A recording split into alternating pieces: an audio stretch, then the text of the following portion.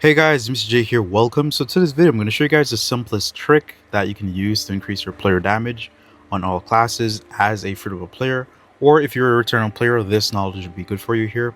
Alright, so let's get right into the video here. So if you click on the class here, you can see that for my Mercenary 3, my damage to player is at 6%. Now you might be wondering how is it 6%? Because the rune is level 1, the damage to players will be 0.75. Now, if you have all those 0.75 in the class slot here, it's going to add up your damage to players to a high number. And the more damage to players that you have, then you combine them, make level 2. And then if you have all level 2 slots maxed out here, then you upgrade to level 3. So you want to keep them at level 1 for now as free-to-play players. Now, of course, runes are pretty hard to get. Runes are, pay to win, of course. 100% it is pay to win. But free-to-play players have different ways you can get runes here. The first way to get runes is from the season window here. If you go down to the side quest, you can see we get a rune bag for a specific class. So depending on the class that's at the end of the main season pass, you'll get the rune bags for in the side quest, of course. And then you can open those and see if you can have the chance of getting the type of rune that you want to get. Now, it randomly gives you the type of runes. It's not like you can choose. So that's another effect. But another way to get runes, of course, if you go down to the trader section here, scroll all the way down in the gold seasonal coin section, you click on the rune bags here, you can get a limit of 50 bags you can purchase here. For 63, you can get 10.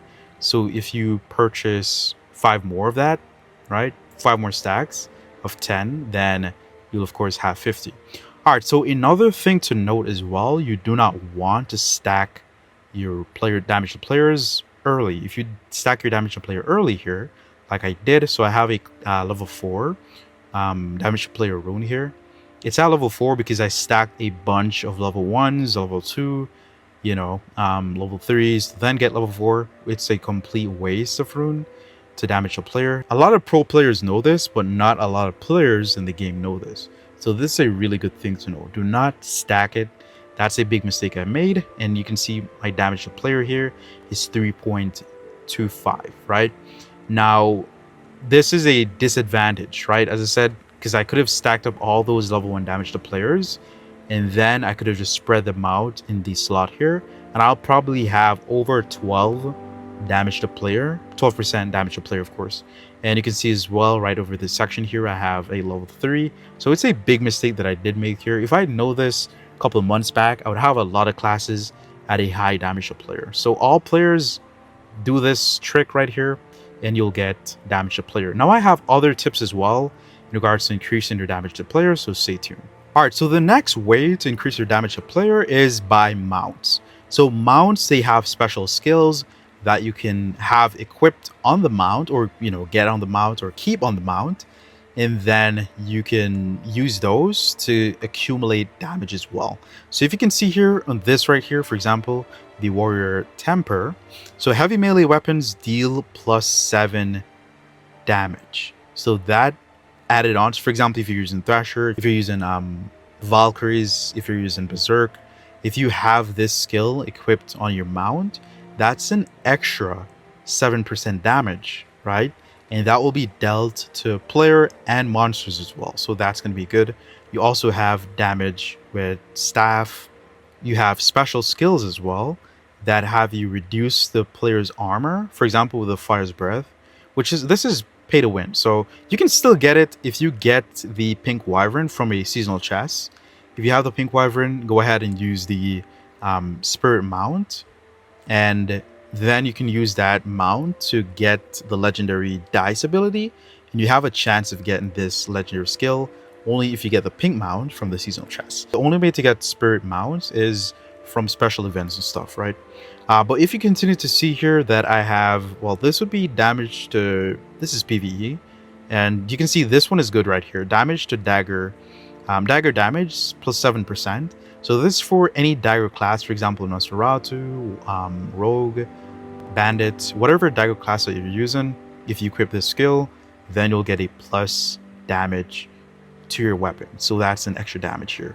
Another way to, to get damage to players or to get that contributes to damage to players in PvPs, we have a damage resistance here, 4%. So just by having the Moray at level 3, I get 4% damage resistance. That's going to be pretty good for PvP, right? You can see as well here, if you want bonus damage armor, you know, whatever it is, or attack speed, that's pretty good to have increased in PvP. So that's going to be good. The next best way to increase your damage to players is by using charms. So you can make charms at the notice board in the popular or your own district. And if you scroll down, you see a multitude of charms here. The scout charm, it gives you damage resistance by 5%. So that's an extra damage resistance. And you can see here, we can get these trophies here from different, well, you got to click on it to see the different trophies that you get. And if you scroll down here, you can see damage resistance. Well, you take 10% less damage and deal 10% more damage in the northern land. So this works in PvP for the northern zone location. You got to save that for that. You can see here we have the duelist charm. You can get this one here, and you can see deal more damage to enemies armed with melee weapons. So once you have melee weapons, we do more damage to those enemies here. You can see as well, your attack ignores 5% of the enemy's armor. So this is a pretty good charm as well. And if you scroll down, we have multiple other, charms here that will increase your stats in PvP. So that's another good way to increase your damage to player. Alright, so the next best way to increase your damage to player is with soups. So you can craft the mushroom soups. It only lasts, the duration is only 2 minutes, but this increases your damage within 2 minutes by 10%.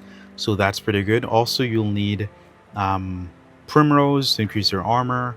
That's going to have you, deflect or take less damage. You can use the oatmeal right here. You can see melee weapon influence 20% less damage to you, and that is during PvP.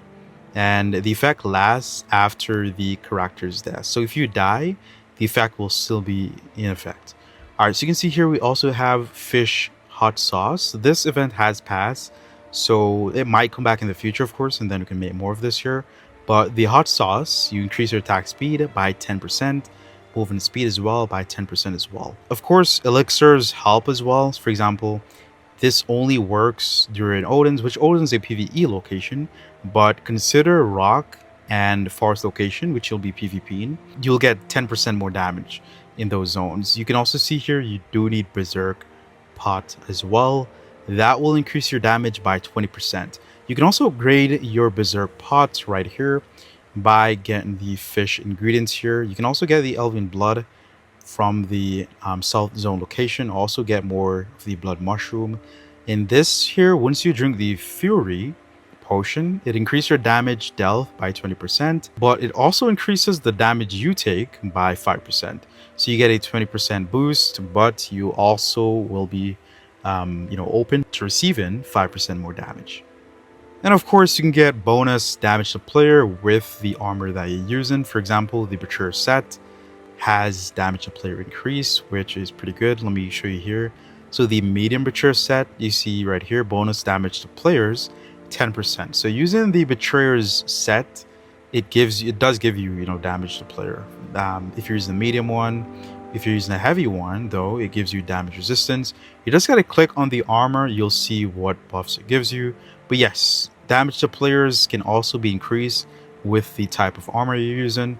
Also, of course, the type of weapon that you're using, based on the amount of damage and the attack speed that weapon has as well. That's going to really help you in PvP. Alright, so persons also do drop the Ymir's Cauldron. So this allows persons, well, this is in the, usually they'll drop it, of course, in the popular district. Once they drop it there, it'll also pop up in chat that they actually place it there. And once you partake from that Ymir's Cauldron, you'll get a Ymir's Blessing. So you can see right here, the bonus damage to players increase by 5%. You can also see it does increase other sections like damage to monsters, increases your armor, damage resistance, health, and the character experience they gain by 20% as well. So this is a really good buff as well, but it drops rarely in the popular district. So if it does pop up in your chat, just quickly go to the popular district and you'll gain access to being able to take part. That's if it's not already flooded by a bunch of other players who get that buff. But this buff, it only lasts for 1 hour. It only lasts for 1 hour. After that, it's finished. Oh, you can also purchase it, the Cauldron, of course, right here with 5 Ymir blood. And this is, getting Ymir's blood from the Frail World event and stuff. But yeah, hopefully this video does help. Appreciate y'all for watching. Thank you for the continued likes and support. Have a wonderful day. Stay blessed. And peace.